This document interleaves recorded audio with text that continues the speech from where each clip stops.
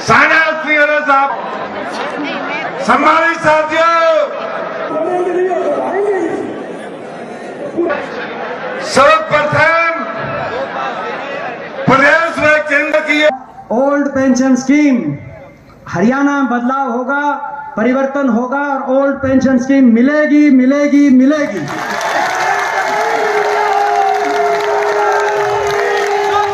ये आज मैं ये कहना चाहता हूं सरकार को कि आपकी बहुत सी नीतियां, कर्मचारी विरोधी नीति, सरकारी कर्मचारी विरोधी नीतियां पे आपको पूर्ण विचार करना चाहिए। सत्ता दल को मैं आज एक विपक्ष के सांसद के रूप में कहना चाहता हूं, चाहे वो केंद्र सरकार के कर्मचारियों के प्रति आपका रवैया हो, चाहे वो भारत देश की फौज के और फौजियों के प्रति आपका रवैया हो, चाहे वो हरियाणा प्रदेश के कर्मचारियों के प्रति आपका रवैया, सरकार के कर्मचारी हों चाहे वो हरियाणा सरकार के कर्मचारी हों, अगर महत्वपूर्ण भूमिका किसी ने निभाई है तो कर्मचारियों ने महत्वपूर्ण भूमिका देश को आगे लेके जाने के लिए निभाई है। ये वो कर्मचारी हैं। देश पे कोई आपदा आई, देश पर किसी भी रूप से कोई आपदा आई, कोई मुश्किल की घड़ी आई, कोरोना काल के अंदर कौन भूल सकता है जब बड़े बड़े लोग अपने घरों के अंदर,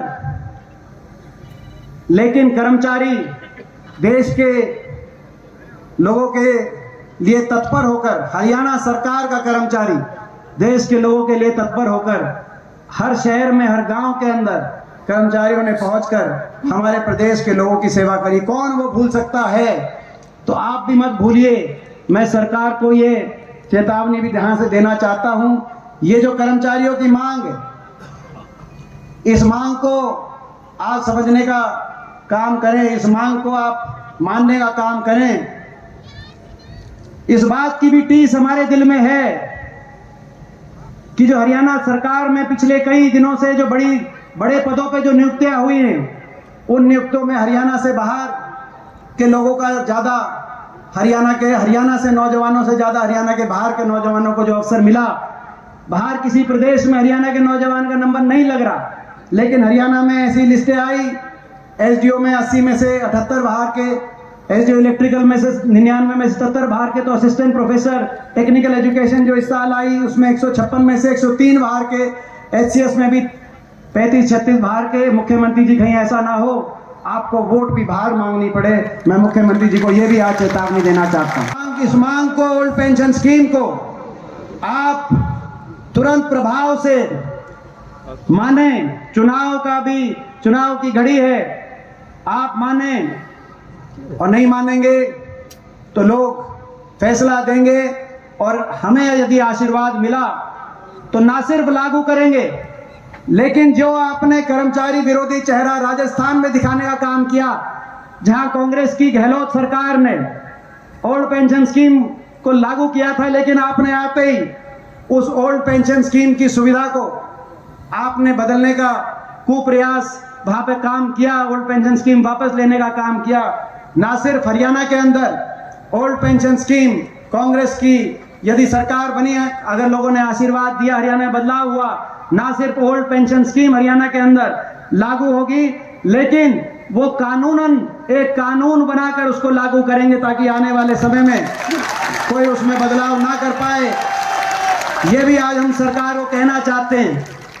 इन्हीं शब्दों के साथ, फौज हो, जो भारत सरकार के कर्मचारी हों चाहे वो हरियाणा सरकार के कर्मचारी हों, अगर महत्वपूर्ण भूमिका किसी ने निभाई है तो कर्मचारियों ने महत्वपूर्ण भूमिका देश को आगे लेके जाने के लिए निभाई है। ये वो कर्मचारी हैं।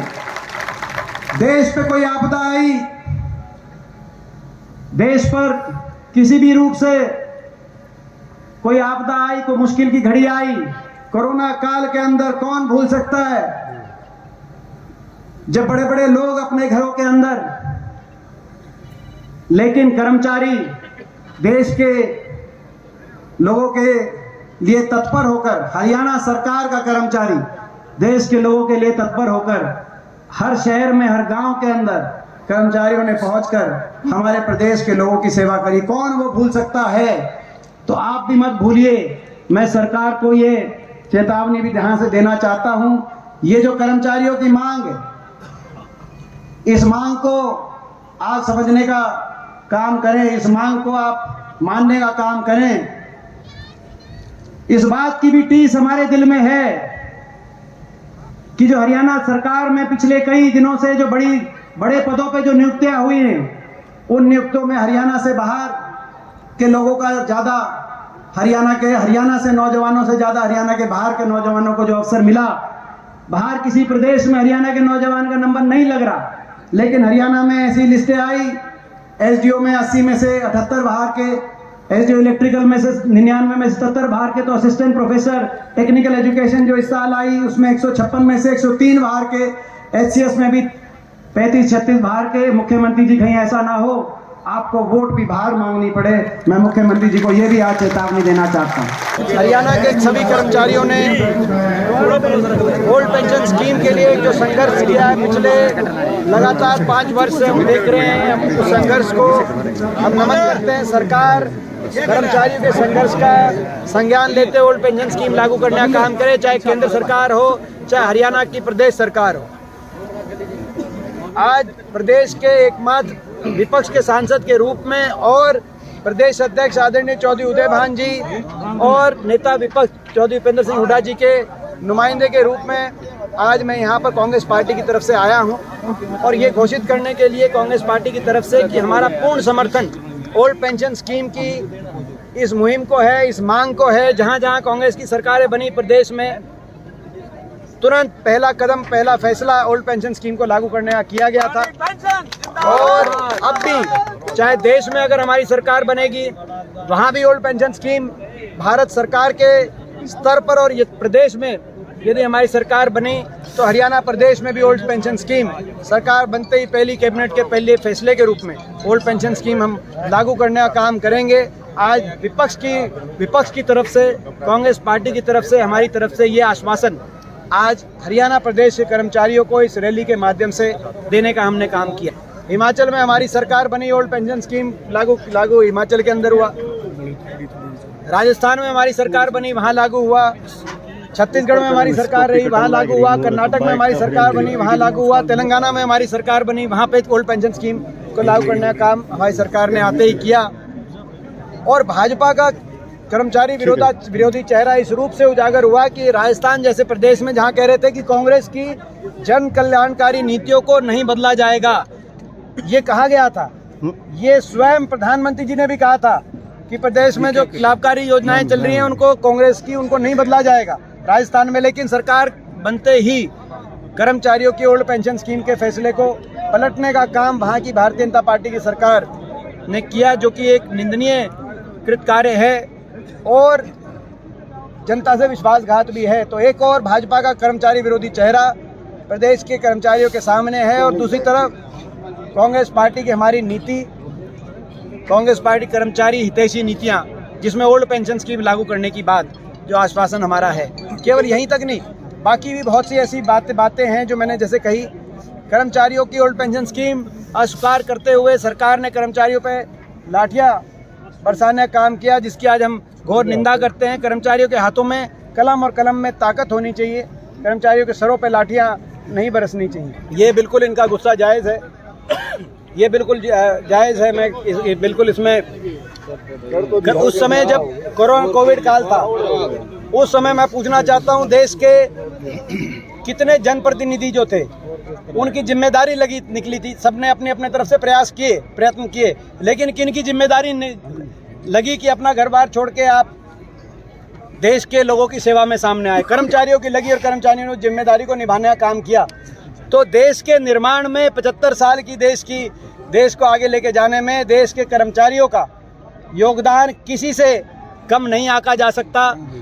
सही बात है बिल्कुल कि अगर जनप्रतिनिधियों को पेंशन दे रही है सरकार, तो कर्मचारियों की और फौजियों की पेंशन क्यों काट रही है? देश के फौजी अगर आज बिना पेंशन के अगर घर लौट के आएंगे, देश की कर्मचारियों की पेंशन में कटौती की जाएगी और जनप्रतिनिधियों की पेंशन बढ़ाई जाएगी, तो इस प्रकार की नीति मैं समझता हूँ उचित नहीं है। सरकार इस नीति को साथियों, मुझे आज खुशी, जिस कर्मचारी वर्ग को आप वोट बैंक नहीं मानते, वो कर्मचारी, उसका परिवार, उसके नाते रिश्तेदार तमाम उनके साथ, उनके ओपीएस आंदोलन में उनके साथ खड़े। देखिए, विपक्ष के हमारे कई नेताओं ने समर्थन किया और मैं तो हमेशा एक बात कहता हूँ कि किसी भी लोकतंत्र में दो कड़ियाँ, एक सत्ता पक्ष, एक विपक्ष। अगर सत्ता पक्ष किसी भी वर्ग की कोई आवाज़ को ना सुने, उस मांग को, जायज़ मांग को पूरा ना करे, तो विपक्ष का दायित्व बनता है। और निश्चित तौर पर आज विपक्ष ने जो समर्थन दिया उसका हम धन्यवाद। कितनी संख्या?